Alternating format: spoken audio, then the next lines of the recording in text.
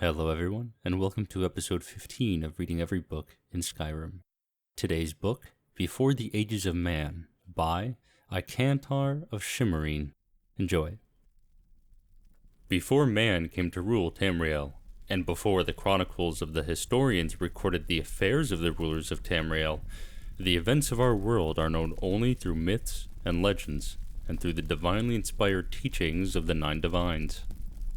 For convenience, historians divide the distant ages of prehistory into two broad periods of time, the Dawn Era and the Merithic Era.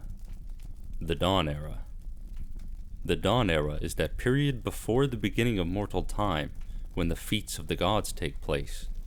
The Dawn Era ends with the exodus of the gods and magic from the world at the founding of the Adamantine Tower. The term Merithic comes from the Nordic, literally, era of the elves. The Merithic Era is the prehistoric time after the exodus of the gods and magic from the world at the founding of the Adamantine Tower, and before the arrival of Isgramor the Nord in Tamriel. The following are the most notable events of the Dawn Era, presented roughly in sequence as it must be understood by creatures of time such as ourselves. The cosmos formed from the Orbis, chaos or totality, by Anu and Padme.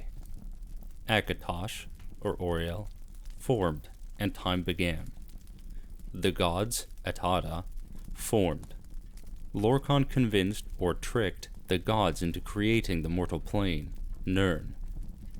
The mortal plane was at this point highly magical and dangerous. As the gods walked, the physical makeup of the mortal plane, and even the timeless continuity of existence itself, became unstable. When Magic, or Magnus, architect of the plans for the mortal world, decided to terminate the project, the gods convened at the Adamantine Tower, Dureni Tower, the oldest known structure in Tamriel, and decided what to do. Most left when Magic did. Others sacrificed themselves into other forms so that they might stay, the Elnifei. Lorkhan was condemned by the gods to exile in the mortal realms, and his heart was torn out and cast from the tower. Where it landed, a volcano formed. With magic, in the mythic sense, gone, the cosmos stabilized. Elven history, finally linear, began. Merithic Era 2500. The Merithic Era. The Merithic Era was figured by early Nord scholars as a series of years numbered in reverse order, backward from their beginning of time, the founding of the Cameron dynasty, recorded as year zero of the First Era. The prehistoric events of the Merithic Era are listed here with their traditional Nordic Merithic dates.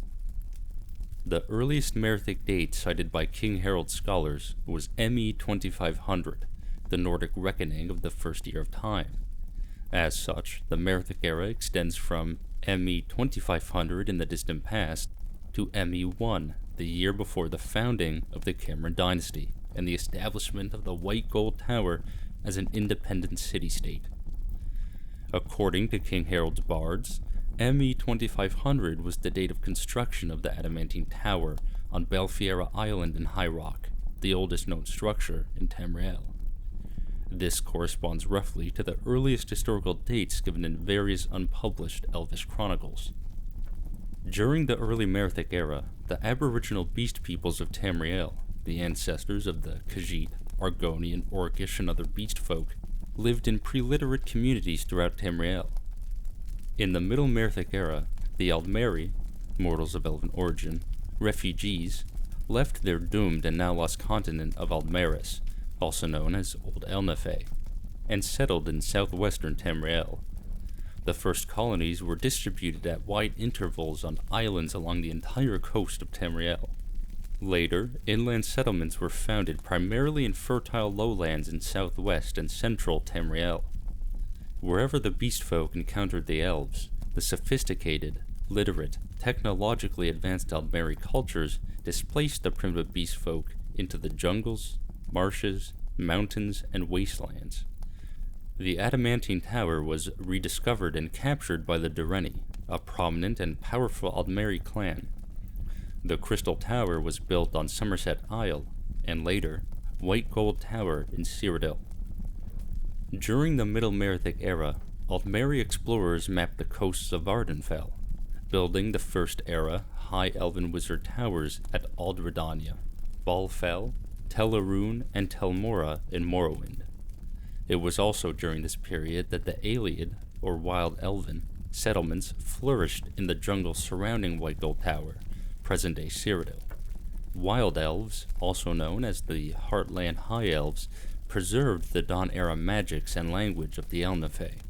Ostensibly a tribute land to the High King of Alinor, the Heartland's long lines of communications from the Somerset Isles' sovereignty effectively isolated Cyrodiil from the High Kings at Crystal Tower. The late Middle Merithic era is the period of the High Velothi culture. The Chimer, ancestors of the modern Dunmer, or Dark Elves, were dynamic, ambitious, long-lived elven clans devoted to fundamentalist ancestor worship. The Chimer clans followed the prophet Velith out of ancestral elven homelands in the southwest to settle in the lands now known as Morrowind. Despising the secular culture and profane practices of the Dwemer, the Chimer also coveted the lands and resources of the Dwemer, and for centuries provoked them with minor raids and territorial disputes. The Dwemer, dwarves, free-thinking, reclusive elven clans devoted to the secrets of science, engineering, and alchemy, established underground cities and communities in the mountain range, later the Velothi Mountains, separating modern Skyrim and Morrowind. The late Merithic era marks the precipitous decline of Velothi culture. Some Velothi settled in villages near declining and abandoned ancient Velothi towers. During this period, Velothi high culture disappeared on Vardenfell Island. The earliest Dwemer freehold colonies date from this period. Degenerate Velothi devolved into tribal cultures, which, in time, evolved into the modern Great Houses of Morrowind, or persisted as the barbarian Ashlander tribes. The only surviving traces of this tribal culture are scattered Velothi towers and Ashlander nomads on Vardenfell Island.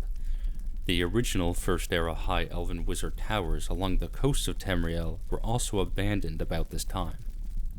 It was in the late Merithic era that the pre-literate humans, the so-called Nedic peoples, from the continent of Atmora, also Altmora or the Elderwood in Aldmeris, migrated and settled in northern Tamriel.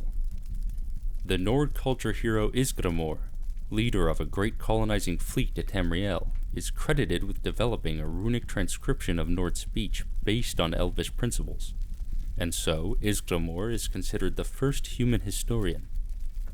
Isgramor's fleet landed at Hasarik Head, at the extreme northern tip of Skyrim's Broken Cape. The Nords built there the legendary city of Sarthal.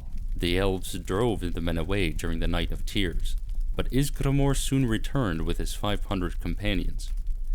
Also, during the late Merithic era, the legendary immortal hero, warrior, sorcerer, and king, variously known as Perennial Whitestrake, Harald Harrybreeks, Ismir, Hans the Fox, etc., wandered Tamriel, gathering armies, conquering lands, ruling, then abandoning his kingdoms to wander again. If you made it to the end, I thank you for listening, and I hope to see you in the next episode. Have a great rest of your day.